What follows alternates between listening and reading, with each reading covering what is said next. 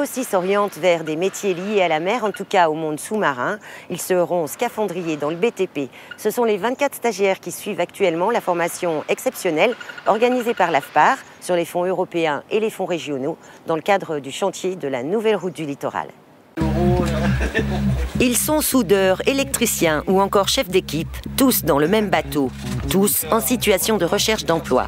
Certains ont déjà travaillé sur de gros chantiers à La Réunion, comme la route des Tamarins ou encore le pont de la rivière Saint-Étienne. Ils attendent maintenant le chantier de la nouvelle route du littoral pour booster leur carrière. L'objectif, c'est de devenir scaphandrier et de pouvoir souder sous l'eau, faire la route du littoral, si j'ai la possibilité, parce que c'est quand même un gros chantier.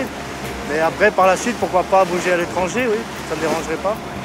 Ça fait à peu près 4-5 ans déjà que je voulais faire postuler pour être scaphandrier, quoi. Donc maintenant, ça prend jour aujourd'hui, on va dire. Par rapport à mon père qui est scaphandrier, mon frère aussi qui est scaphandrier, donc on va dire que c'est de famille, quoi. Pour moi, c'est une passion depuis longtemps, le milieu aquatique. Donc avoir l'opportunité de travailler sous l'eau, c'est génial. C'est ce jour-là leur 20e plongée sous-marine. Ils en feront 40 au total durant l'ensemble de la formation pour passer le niveau 3, indispensable au métier de scaphandrier. Aujourd'hui, nous allons faire une adaptation à la profondeur, puisqu'ils doivent être censés descendre au moins jusqu'à 60 mètres pour leur formation. Donc l'adaptation à la profondeur sera sur une profondeur à peu près de 30 mètres à 32 mètres, avec stabilisation et en même temps assistance d'une personne en difficulté, donc sur cette profondeur, ou sauvetage d'une personne en difficulté, avec bien sûr des pannes d'air et de l'orientation. Deux clubs de Saint-Gilles, Corail et Bleu Marine, sont missionnés pour la partie plongée. Les 24 stagiaires devront ensuite passer des sélections pour accéder au Graal, l'Institut national de plongée professionnelle à Marseille, seul centre en France de certification en milieu hyperbare. Une subvention de 573 000 € a été attribuée par la région Réunion pour financer cette formation. L'AFPAR a été mandatée pour l'organiser.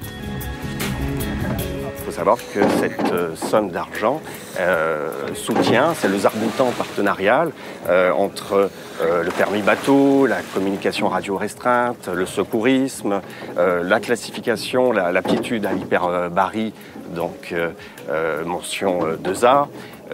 Et puis, nous avons veillé également à ce qu'au retour, ces jeunes soient professionnalisés. Il ne suffit pas de prendre des maçons, des coffreurs brancheurs, de les plonger dans une mer d'huile pour avoir un scaphandrier tout chaud. Encore faut-il développer ces compétences en situation immergée. Donc là, c'est tout l'apport de l'AFPAR.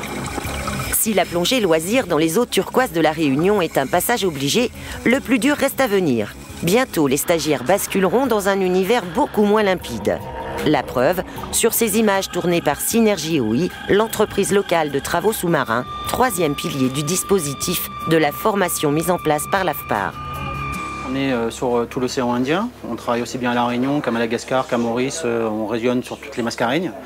On fait des travaux subaquatiques, que ce soit pétroliers ou TP. Donc on intervient pour des collectivités, pour des particuliers, pour des gros groupes miniers. Dans un premier temps, les conducteurs de travaux sous-marins sont chargés des cours théoriques basés sur les études de la COMEX, la Société nationale experte dans l'ingénierie et le monde sous-marin. Aujourd'hui, je leur fais toucher du doigt le nouveau monde qui les attend par quelque chose qui est primordial pour nous, qui est notre sécurité. Et notre sécurité, c'est la désaturation, c'est la décompression.